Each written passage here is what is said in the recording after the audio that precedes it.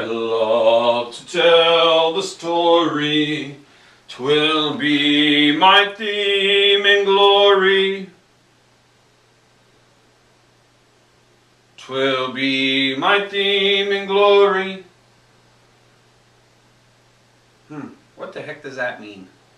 'Twill be my theme in glory.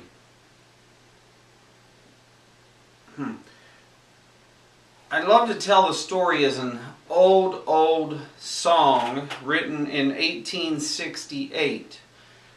And it's a good song. I love to tell the story. But I don't know how many young people have I love to tell the story on their iPod or on their MP3 player. And we have to think about that when we think about church and when we think about music and when we think about the message. In a little bit I'm going to talk to the high school kids at Wahama. And I have to have a relevant message for them. It has to be relevant. It has to be something they can relate to. And it's an old story of Jesus and His love. And that's right. And so we don't change the story, but sometimes we change how we deliver the story. Two different people could tell the same story, and one you could fall asleep listening to, and the other one you could be on the edge of your seat. And it's hard because you try to balance what everyone likes. You know, there's older people in the church who love the song, I love to tell the story, and they love all the old hymns, and there's a good message in the hymns, and we try to sing the hymns, but to get to younger people, sometimes we have to figure out a new way to tell the old story. And what we have to be careful of is that we don't change the story. And so I hope that when you hear messages that are in church that are told in a different way, you hear music that is a different way. And this isn't really just for our church, because I really believe that our church has been receptive to different things. But you never know who's going to watch this.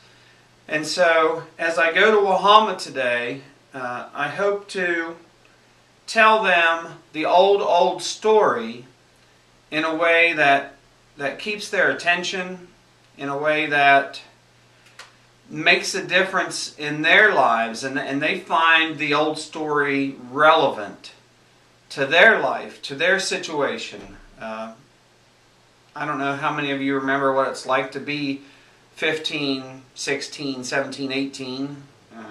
Most of you probably don't. I don't really. Except that I know, I got to tell you a funny story.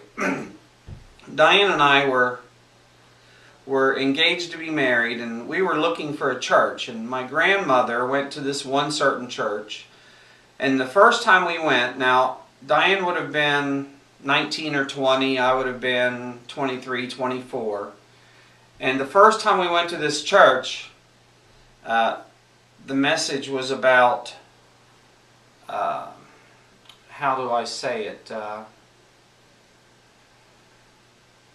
sex outside the marriage. Now, fornication was the word he used, and it's a message that needs to be preached and needs to be heard. But for us, at 19 and 24, young people, that message just wasn't. I'm digging myself a hole here. That message just didn't seem important to us, and the message we felt was not in a loving way told, but in a accusatory, spiteful way, and so that's just not appealing to young people. you know, you can, it goes back to what I said about how two people can tell the same story, and one can tell it in a certain way, and you can get the message. And you find it relevant and useful, and another person can tell the story and it really turns you off. And so when we think about music, when we think about the message, when we think about the old story, we need to love to tell the story, but there's different ways in which we can tell it.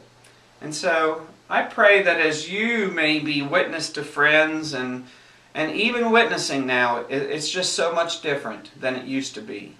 You're going to hell, you need to get saved. You know, that's a message that might work for some people, but for most young people today, they don't think they're going to die for a long time, and that's not really, you know, they need to hear how God can change their lives today and how God can change their future. And so, I don't know, just a bunch of ramblings today, and I appreciate you who come to the blog, and maybe today instead of reading, it was a little bit different for you, and it's a different way for me to bring this message to you. I started to type it out, and then I thought, nah, I'll talk a little bit. So, God bless you, and thanks for watching.